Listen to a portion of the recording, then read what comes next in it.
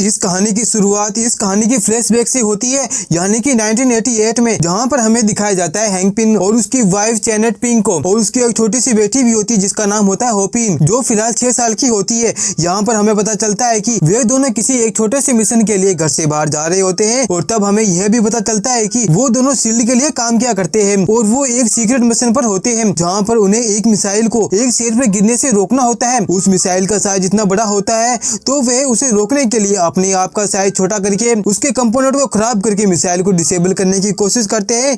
यहाँ पर चेनेट का रेगुलेटर खराब हो जाता है, जिस वजह से चेनेट अपने आप का साइज इतना छोटा कर लेती है कि जिससे वो मिसाइल को तो डिसेबल कर देती है, लेकिन उसका साइज बहुत ज्यादा छोटा हो जाने की वजह से वो सीधा क्वांटम फील्ड में पहुंच जाती है, यानी कि एक अलग दुनिया में। अब इस बात को करीबन 30 साल बीत गए होते हैं और वापस स्टोरी प्रेजेंट टाइम में आती है, जहाँ पर हेपिन ये सारी बातें अपनी बेटी होपिन को बता रहा होता है। साथ ही वो ये भी बताता है कि एक मूवमेंट पर जब स्कॉटलैंड येलो जैकेट सूट से लड़ रहा होता है, तब उसे मारने के लिए वो भी अपने आप का साइज काफी ज्यादा छोटा कर लिया था, जिस वजह से वो भी क्वांटम फील्ड में पहुंच गया था, लेकिन वो अपनी रेगुलेटर की मदद से रिवर्स कर देता है, जिसकी वजह से वो वापस रियल टाइम में आ गया था। अगर ये काम वो कर सकता है तो जेनेट भी कर सकती है। लगता है उसे सही लोकेशन नहीं मिल पा रही, क्यों ना हम एक मशीन बनाएं जिसमें हम उस क्वांटम फील्ड में जाकर जेनेट को वापस ला सके। यहाँ से सीन शिफ्ट होता है स्कॉटलैंड पर, यानी कि एंटमैन पर, जो कि अपनी बेटी कैसी के साथ में हाइड एंड सी गेम खेल रहा होता है, लेकिन गेम खेलते खेलते गलती से स्कॉट का पैर अपने घर से बाहर निकल जाता है और उसका अलार्म सिस्टम फिर से एक्टिवेट हो जाता है। तभी वहाँ पर एफबीआई टीम पहुंच जाती है और स्कॉटलैंड को चेक करने लगती है कि कहीं वो घर से बाहर तो नहीं निकला। तब वहाँ पर केसी पूछती है कि आखिर आप लोग मेरे पापा को परेशान क्यों कर रहे हो। तब वहाँ पर एफबीआई के एक एजेंट उसको पूरी कहानी बताता है कि स्कोबिया अकॉर्ड्स के अकॉर्डिंग पूरी की पूरी एवेंजर्स को अब आपस में यूनाइट होने के लिए मना कर दिया है। अब जो भी ऐसा करेगा तब उस पर यूनाइटेड नेशन कार्यवाही करेगी, और इसी के चलते एंटमैन भी वहाँ कैप्टन अमेरिका से मिला हुआ था। दोस्तों, कैप्टन अमेरिका को मैंने हाल ही में एक्सप्लेन करा है, वह बहुत ही बढ़िया मूवी है, आपने नहीं देखा तो एक बार उसे जरूर देखें। खैर, एंटमैन को अकॉर्ड पर साइन करने के लिए बोला था, लेकिन उसने साइन नहीं की, इसी वजह से स्कॉट को 3 साल तक होम अरेस्ट पर रख दिया है। अब सिर्फ 3 दिन ही बचे होते हैं स्कॉट की 3 साल की होम अरेस्ट को खत्म होने में। यह कहकर एफबीआई एजेंट वहाँ से चला जाता है और उसी मोमेंट पर वहाँ पर मैगी और ब्रेडन भी आ जाते हैं और वो केसी को वहाँ से लेकर चले जाते हैं और कहते हैं कि हमें एक छोटी सी आउटिंग के लिए बाहर जाना है। इसके बाद में स्कॉट के पास में अब 3 दिन ही बचे होते हैं उसकी रिहाई के लिए। अब वो अपना टाइम स्पेंड करने के लिए वे काफी सारे गेम खेलता है, डांस करता है और अपना टाइम फुल फिल स्पेंड करने लगता है। तभी वो बाथटब के अंदर बैठा होता है, तभी उसे एक सपना आता है जिसमें वो देखता है कि एक अलमारी के अंदर एक छोटी सी बच्ची छिप रही है। जब वो दरवाजा खोलता है तब वहाँ पर एक बच्ची नहीं बल्कि एक औरत होती है। तभी उसकी आँख खुलती है और तब उसे लगता है कि वो औरत कोई और नहीं बल्कि जेनेट पिन ही होती है। इन सभी बातों को बताने के लिए सीधा हैम्पिन से कांटेक्ट करता है और उन्हें सारी बात बता देता है। आज मैंने एक सपना देखा था, उस सपने में शायद आपकी वाइफ जेनेट को भी देखा।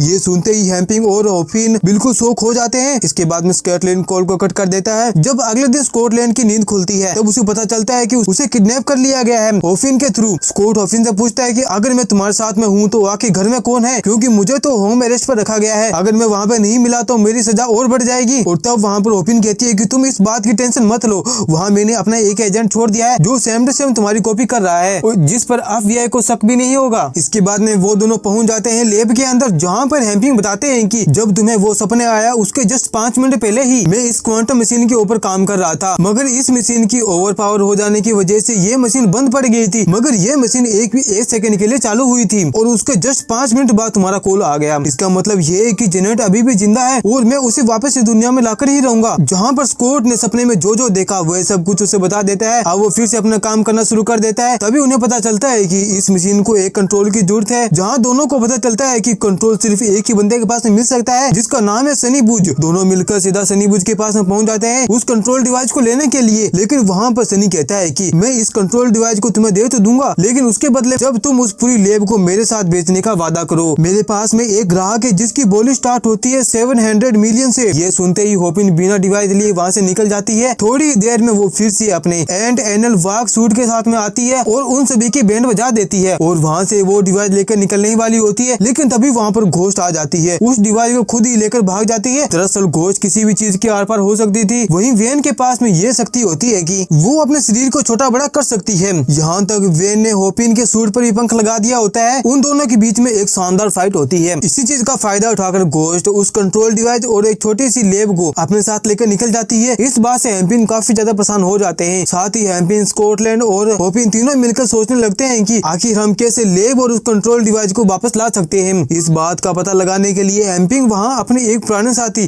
जिसका नाम होता है बिल फॉस्टर, जो किसी टाइम में उसका असिस्टेंट हुआ करता था, जो क्वांटम थ्योरी पर उन्हीं के साथ में काम किया करता था, वो तीनों मिलकर एक कॉलेज में पहुंच जाते हैं जहाँ बिल फॉस्टर क्वांटम थ्योरी के ऊपर लेक्चर दे रहा होता है। जैसे बिल फॉस्टर वहाँ हैंपिंग को देखते हैं, वहाँ मौजूद स्टूडेंट को वहाँ से जाने के लिए कह देते हैं। इसके बाद में वो एक केबिन में बैठकर उस पूरी की पूरी लैब के ऊपर चर्चा कर रहे होते हैं। वहाँ पर जब एंटमैन और तीनों को पता चलता है कि बिल फॉस्टर उसी घोस्ट के साथ में मिला हुआ है, तो वे सभी हैरान हो जाते हैं और पूछते हैं आखिर तुम घोस्ट के साथ में क्यों मिले हो। तब वहाँ पर बिल फॉस्टर एक फ्लैश स्टोरी बताता है कि हैंपिंग जो सीड के लिए काम किया करती थी, उसका एक पार्टनर था एलिस्टा। हालांकि एलिस्टा हर बार हैंपिंग की मदद करना चाहता था। तभी वहाँ पर हैंपिंग कहता है कि एलिस्टा एक चोर था और वो मेरे आइडिया को चुराकर ब्लैक मार्केट में बेचना चाहता था, इसलिए मैंने उसे काम से निकाल दिया। तब वहाँ पर बिल फॉस्टर कहता है कि एलिस्टा को निकाले जाने के बाद में उसके मन में काफी ज्यादा गुस्सा भर गया था। अब वो भी इस क्वांटम फील्ड के ऊपर काम करके एक नया सूट बनाना चाहता था। इसी के चलते मैं भी उसी के साथ काम किया करता था। लेकिन एक दिन लैब में कुछ गड़बड़ हो जाने की वजह से वहाँ पर एक बहुत ही बड़ा ब्लास्ट हो जाता है, जिसकी वजह से वहाँ पर सभी लोग मारे जाते हैं और अंत में सिर्फ बचती है ईवा, जो कि अब घोस्ट बन गई है। ये सब क्वांटम फील्ड से निकली किरणों की वजह से है। अब उसे एक बीमारी हो गई जिसके चलते वो किसी के भी आर पार हो सकती थी। ये बीमारी नसों को पिघला देने वाला दर्द देती है हर वक्त हर समय। इसी वजह से ईवा अपने दुख को कम करने के लिए क्वांटम फील्ड में जाकर अपने शरीर को वापस ठीक करना चाहती है, इसलिए तुमसे उसने उस लैब को चुराया। वो अब एक बहुत ही खतरनाक बीमारी से जूझ रही थी। उस बीमारी में उसका साथ कोई नहीं दे रहा था। तभी वहाँ पे शील्ड के लोग एक प्रोफेसर को हायर करते हैं। वो प्रोफेसर कोई और नहीं बल्कि बिल फॉस्टर ही होते हैं। अब बिल फॉस्टर ईवा को सपोर्ट करते हैं, उसे किस तरह से चीजों को उठाना चाहिए, उसे यूज कैसे करना चाहिए, उसके बारे में काफी सारी चीजें बताते हैं। जिसके बाद ईवा शील्ड के लिए काम करना शुरू कर देती है। साथ ही शील्ड ईवा को एक नया कॉस्ट्यूम भी देते हैं, नए वेपन देते हैं, उसे लड़ने के लिए काफी स्किल और टेक्निक समझाते हैं ताकि वो शील्ड के लिए काम करे और उनकी मिशन को फुलफिल करे, जिसके चलते उसने काफी सारा खून कर दिया था।